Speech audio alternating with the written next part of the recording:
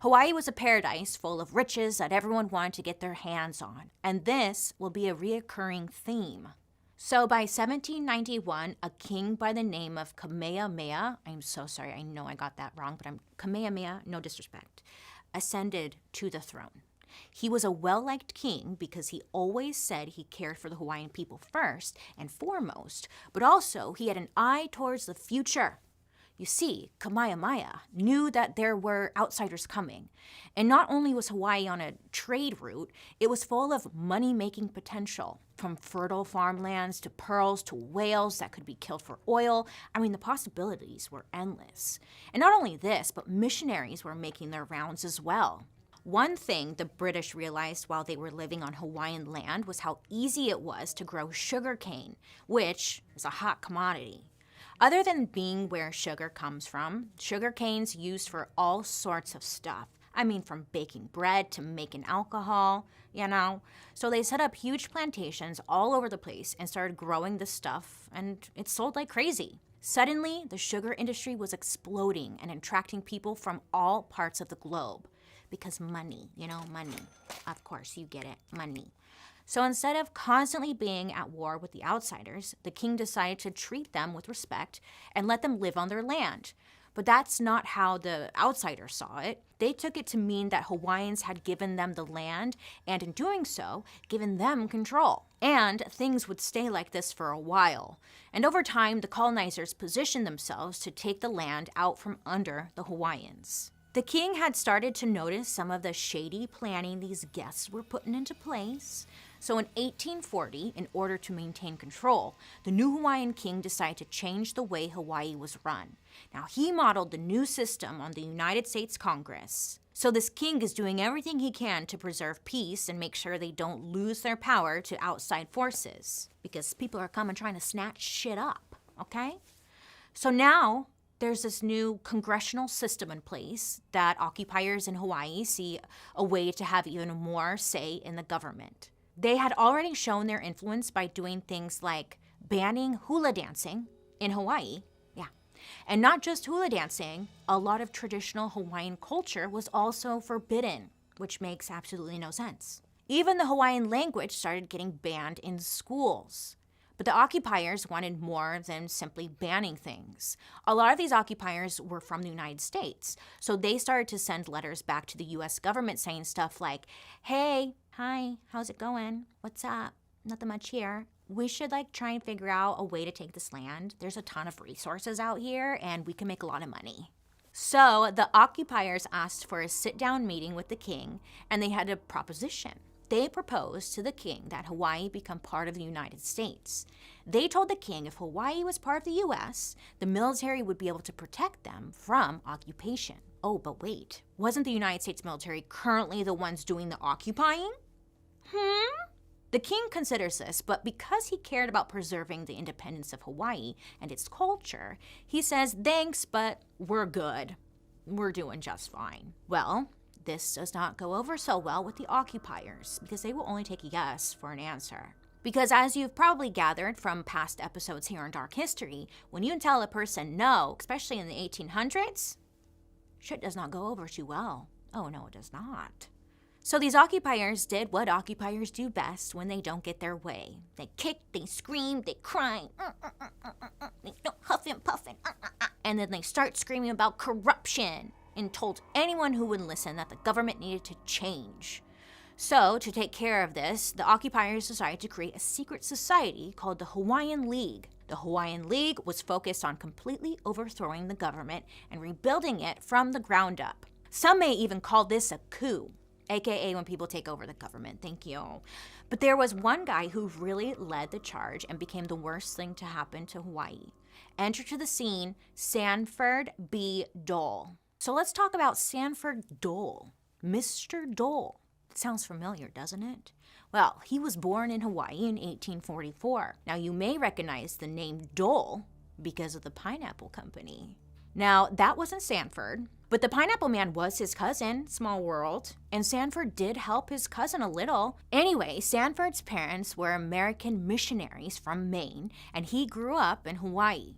Now, after attending college in the United States, Mr. Dole became a lawyer in Hawaii in 1868, which meant he had to give up his United States citizenship. Now, this is important to remember because from that point on, Sanford was legally a native Hawaiian. The original definition for Hawaiian is a nationality, not a race. It is short for Hawaiian subject, like American is short for American citizen. So this is how Sanford is a native Hawaiian, if that makes any sense. You get it. Which makes what he ends up doing even more backstabby. So while Sanford was studying to become a lawyer, he got introduced to an entirely different world than the one that he had grown up in. Suddenly, Sanford's meeting all these wealthy lawyers and plantation owners, and he starts hearing about the movement to have Hawaii become a U.S. territory. And he's like, oh my God, I love that for us, and I'm a native Hawaiian. This is so up my alley. So he decides to do whatever he can to help the movement. In the process, Sanford ends up running for and winning a spot in the Hawaiian government. So he is actually working directly under King Kalakaua. I'm so sorry, but yes. If you remember from earlier, Sanford was a member of the super suspicious secret society, the Hawaiian League. Now again, their main goal was to force Hawaii to become part of the United States. And the Hawaiian League had been claiming corruption the whole time without any real evidence of corruption. That is, until Sanford used his status as a government official to give out insider information. One big piece of intel that Sanford heard about was how someone tried to bribe the king with over $70,000 in order to let them sell opium in Hawaii. Fucking party, you know? Opium. Fuck yeah. But the opium dealer changed his mind and decided to sell his drugs in China instead. So he asked for the king to give the bribe money back. He's like, give me my money back, you know?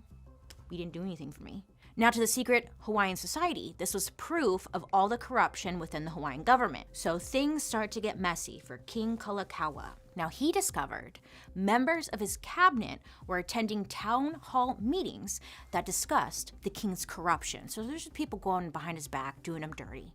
There's propaganda posters being put up all over Hawaii directly tying him to the opium drama, and his own people stopped talking to him about official government business. Now, he felt like everywhere he went, he was being watched. And like people were just talking behind his back because they were.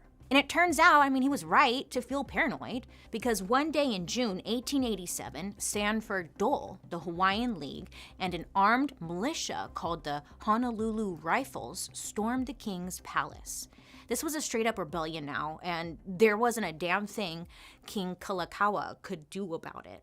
So the Hawaiian League had spun things to make it seem like they were marching on the palace of a corrupt king for the good of the people. But when you take a closer look at the list of demands they had, you can see their intentions were a little more selfish. For example, the Hawaiian League wanted to get rid of all the king's people and replace them with an all-new cabinet full of their own members. Another demand was to change the law so only rich plantation owners would be allowed to vote, because it would help them take control if they were the only ones who could vote. Great. So of course the king didn't want to agree to any of this. It was clear to him that this did not benefit the Hawaiian people at all. But the Hawaiian League forced the king to sign a new Hawaiian constitution at gunpoint. Yes, drama. This constitution has become known as the Bayonet Constitution because they had bayonets pointed at him when all of them signed it. A bayonet, if you don't know, it's not a hat, because that's what I was thinking it was. That's not a bayonet. It's a long gun with like a knife on the end of it. Drama. That's a bayonet. What am I thinking of? Isn't there a hat called a bayonet? A bonnet. Sorry. You guys, sometimes my brain no worky, okay? So the thing is, if you shove a bayonet in anyone's face, they will probably do whatever it is you want, you know? Turns out, hey, this is actually illegal and also makes this whole bayonet constitution not very legit, you could say. But the Hawaiian League didn't care how legit it looked to anybody. They got the signatures they needed. And they immediately used their exclusive new voting system to elect a bunch of new government officials who were more rich, wealthy, white men. And suddenly, there was lots of support from the new Hawaiian government to join the United States. Now, this new government, I'm using quotes here, am I? Yes, I am. Quotes, government, did not completely get rid of the king. They just took away all of his power. So he got to keep the title. Yeah, he's the king, but he's not really like running the show or anything. And of course, the native Hawaiian population was told, just deal with it. So let's do a little recap on what just happened, a play-by-play. The wealthy plantation owners approached the king with a deal to make Hawaii part of the United States. The king said no. The wealthy white guys, they came up with a plan to take the king's power by force, even though he welcomed them to the islands. This is more confusing than the story I just told you. In conclusion, Hawaiians had everything stolen from them. Point blank, period. Thank you. Come back around, reverse, backspace, backspace, backspace. Thank you. Enter. Control, Alt, Delete. Bye. In 1891, King Kalakaua died and his sister became queen. The queen's name was Liliuokalani. I tried my best. And she really was not going to put up with this shit, okay? The queen was going to stop at nothing to get the Hawaiian people their land back, including staging a rebellion.